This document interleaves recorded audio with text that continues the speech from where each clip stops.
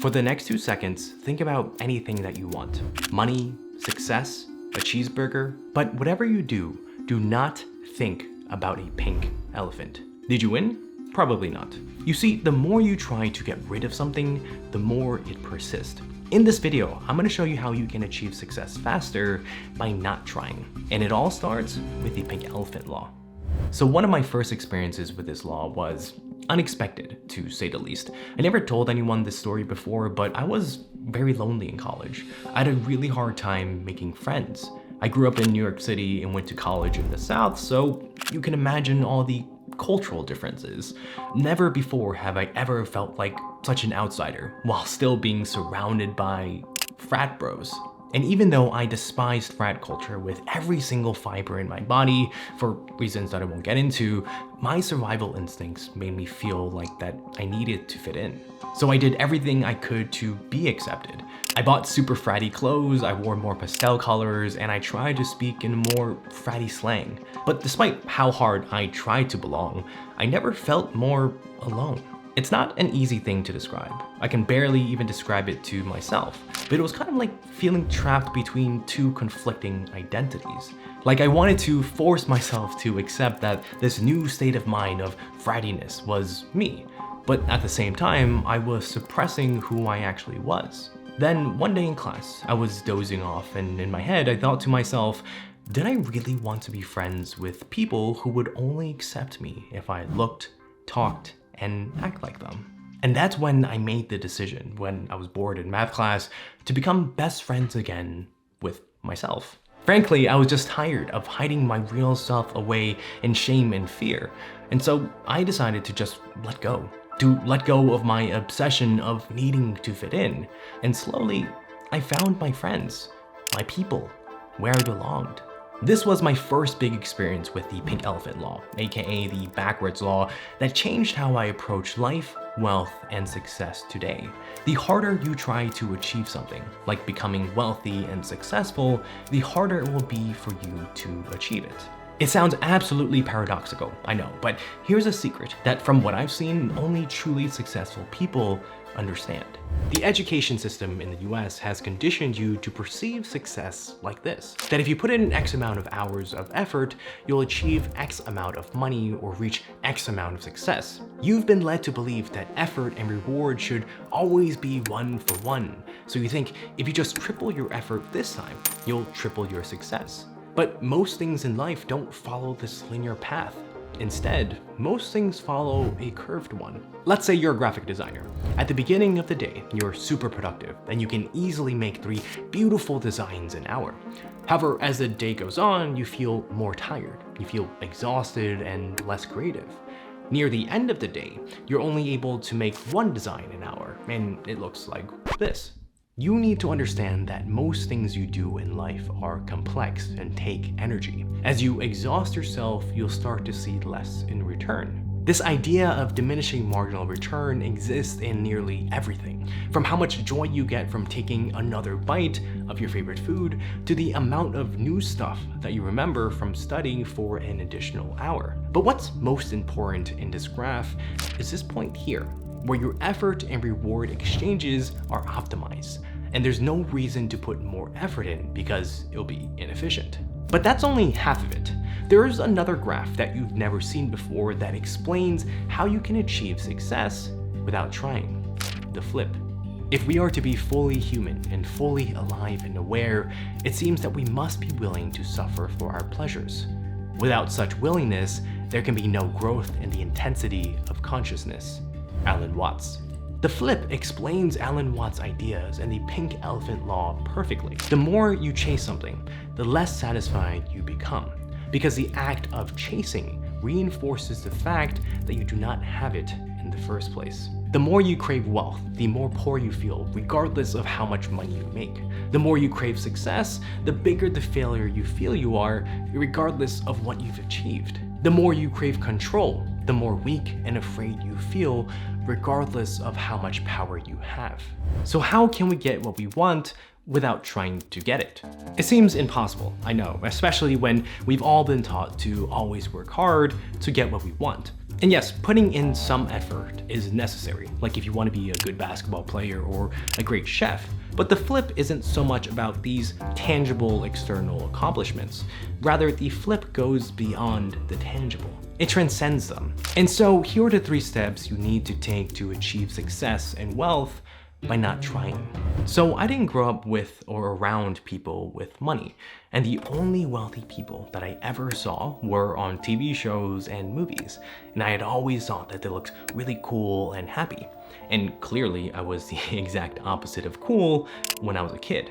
And so naturally, with my immature and developing brain, I very quickly associated money with being cool and happy. So I set myself a money goal, and I did everything I could to get there.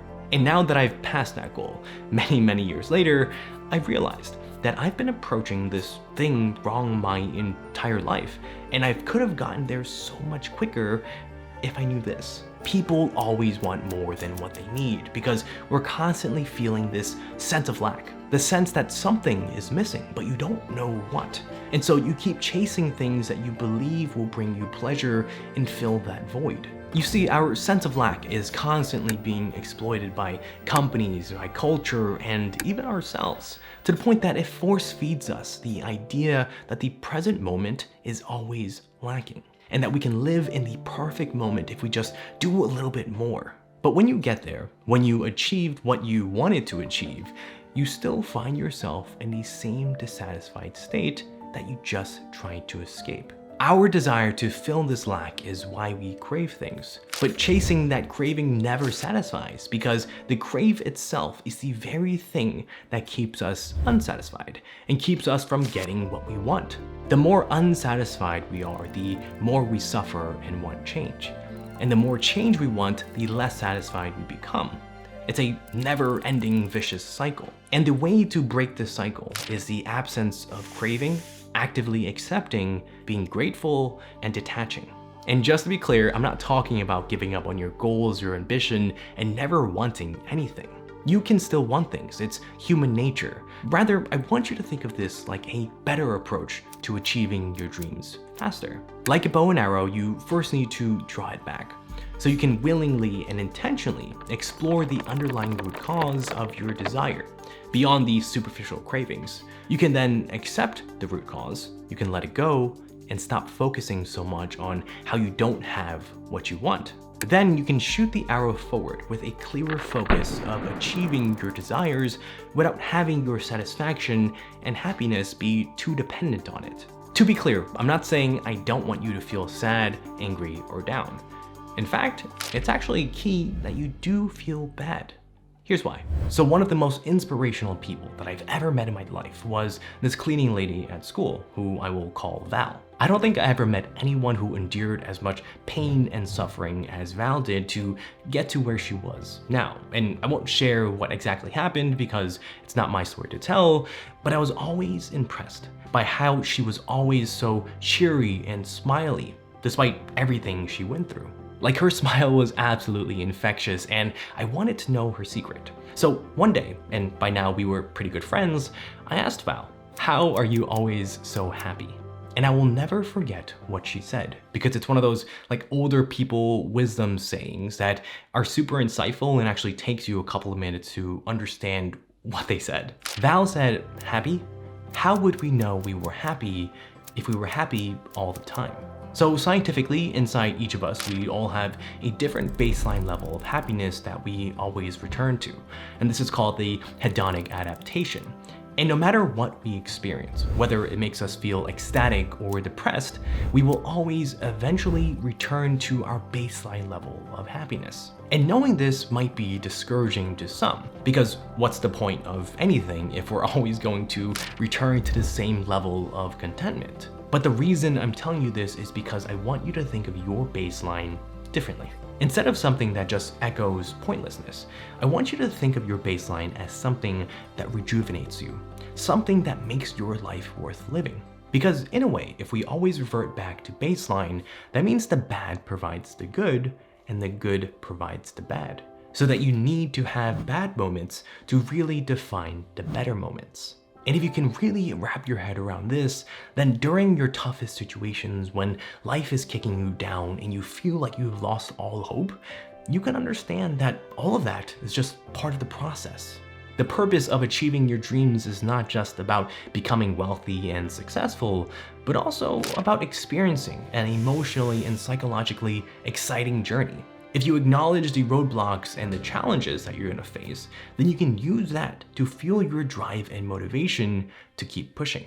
But step 1 and step 2 won't get you anywhere if you don't understand this. Look, I'm all for having a positive mindset, but the new age belief that just think positive and the world will provide, like just think that you'll be successful and you will be, is frankly nonsense. The problem with only just thinking about changing a negative thought to a positive one is that the next time you have the same negative thought again, you're gonna judge yourself and feel even worse that you're in the same exact situation. Just thinking positively, it won't get you to the real reason why you had that thought in the first place. You're still missing a key factor that you need to understand, and it's coincidentally one of the biggest things that hold people back. Let's say you're walking down a street and a random person approaches you and says, "I love you." How would you feel? I strongly doubt that you would get super excited and super happy, unless you're that kind of person, but for most people, you'd probably just chuckle and shrug it off. But now, what if your partner or someone that you love, a loved one, randomly approached you and said, "I love you"? Chances are you're gonna feel some type of way. But why? It's the same 3 words said in the same order, but the latter is significantly more powerful. And the only difference between them is you believe one of them is true. So when you have a negative thought about yourself, I want you to take the time to examine why. What are the stories you keep telling yourself that makes you think this way? Break them apart and look at them closely, and then you'll be faced with 3 scenarios. 1, you'll realize that it's not true, so believe that it's not true. 2, you realize that it is true, but it cannot be changed, so accept it. And 3, you realize that it is true and it can be changed, so take action. But you need to take action in this specific way. For example, if you're in a place where you consistently tell yourself that I need to get wealthy so that I can be successful, that's basically a long way of just telling yourself, I'm not successful. We as humans generally fall into the place that we believe ourselves to be. So when you're consistently saying, I'm not successful, you're going to live as if you're a person who isn't successful and believes that you're a failure. The trick is to shift this scarcity mindset into an abundance mindset. For example, when you work, you need to think of it less as I'm working so that I can one day be rich and successful, and more of it as I'm working because that is what a successful person does. Did you catch that subtle difference? Now you're telling yourself that you are the successful person that you want to be, and it just becomes a part of who you are, assuming that you're taking the appropriate action to get there. Now you might think that this is mumbo jumbo nonsense, but just do me a favor and take a minute to reflect on your own life. Think about when you were younger. You were more naive, you were immature, and you had no experience, but you were still confident in a lot of things. You never thought too much about how you could accomplish or achieve something. You just went with the flow and things kind of just lined up. I mean, sure, not everything was perfect, but things turned out well. And now I want you to think about now. You're older, you're more mature, you try harder at things, you constantly worry about your future and whether you're doing the right thing and making the right choices, yet you still feel like you're so far from getting where you want to be. I mean, sure, you're probably doing okay, but now it's just different. The way to get back to your younger state, when you were brimming with hope and energy, is to just let go and stop focusing on how you don't have what you want, and to not be fooled by the idea that the pursuit of success and wealth leads to success and wealth. And unfortunately, this is nearly impossible to do if you're feeling financially behind in life, when you're financially jealous of what others have. Click here to learn how to finally escape from feeling financially jealous.